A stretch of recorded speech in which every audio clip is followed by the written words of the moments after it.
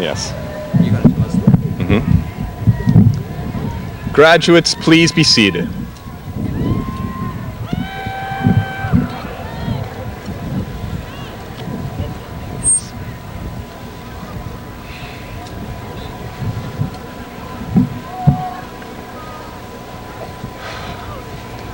About 18 years ago, most of today's graduates were born. And within a few years of that most momentous occasion, we'd all taken our first steps and said our first words. In a few more years, we'd made it through our first lost tooth, our first day in school, and our first dreaded report card. All of those painful yet exciting, wonderful yet terrifying, once-in-a-lifetime events were well worth celebrating.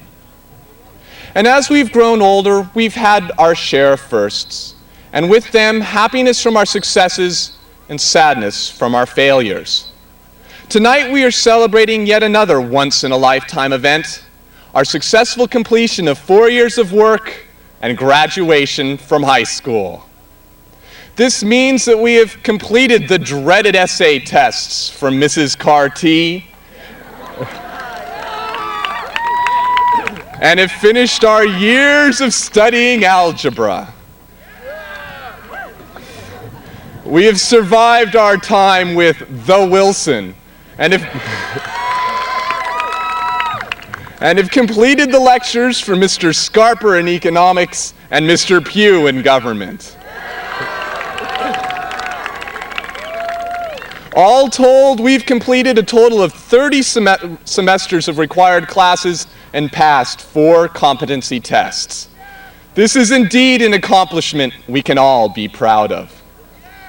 So tonight, we are celebrating this once-in-a-lifetime graduation, as well we should. Yet it seems appropriate to stop for a moment and peruse what lies ahead, to contemplate our future. Lest we forget, graduation from high school is not the last of the great events of our lives. Many of us will go on to college, and its completion will be an important event. Some will go still further onto graduate school, and receiving an advanced degree will be an important event. As we become husbands or wives, fathers and mothers, these will be important events. When we get our first full-time job, that will be an important event. As we get... That's right. As we earn our first raise, our first promotion, as we become managers and vice presidents and presidents of companies, all of these will be once-in-a-lifetime important events. It's necessary then for us to realize that while the work that was necessary to reach this accomplishment is over, we are not finished. And while we may be influenced by the events of the past 4 years, our futures are not already secured, nor doomed by them. We are not successes merely because we've been accepted to Stanford or Harvard or Cal, nor are we failures if we have not. Our fate for the next 60 years of our lives is not dictated by the events of the first 20, but rather it is up to ourselves to forge our own future out of the many opportunities that will present themselves. On the opposite extreme, however, our lives need to be more than a race from one level of accomplishment to the next.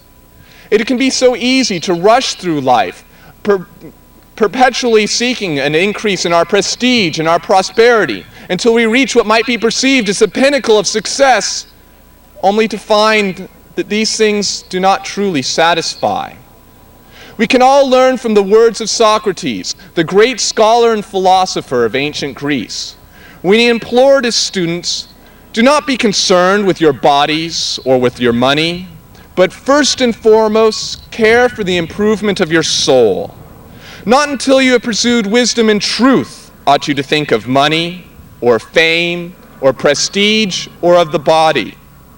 Virtue does not come from money, but from virtue comes money, and all other good things for mankind."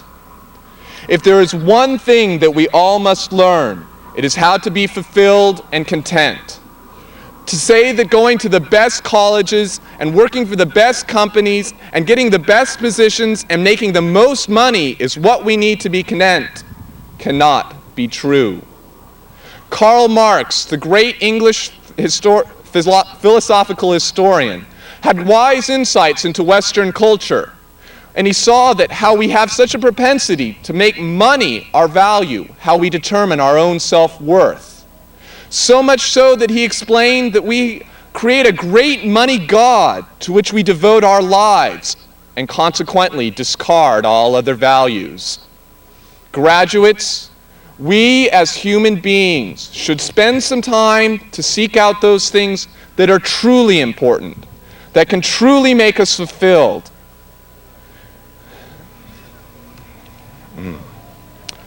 Tonight, we are celebrating a once-in-a-lifetime graduation.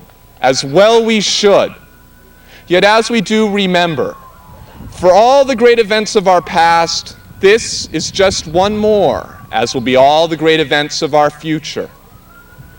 If the first steps of our lives were both difficult, terrifying, yet wonderful, so will be all the steps from it to our last. Let us take the advice of Socrates and work to make every pace one towards virtue and fulfillment. Thank you.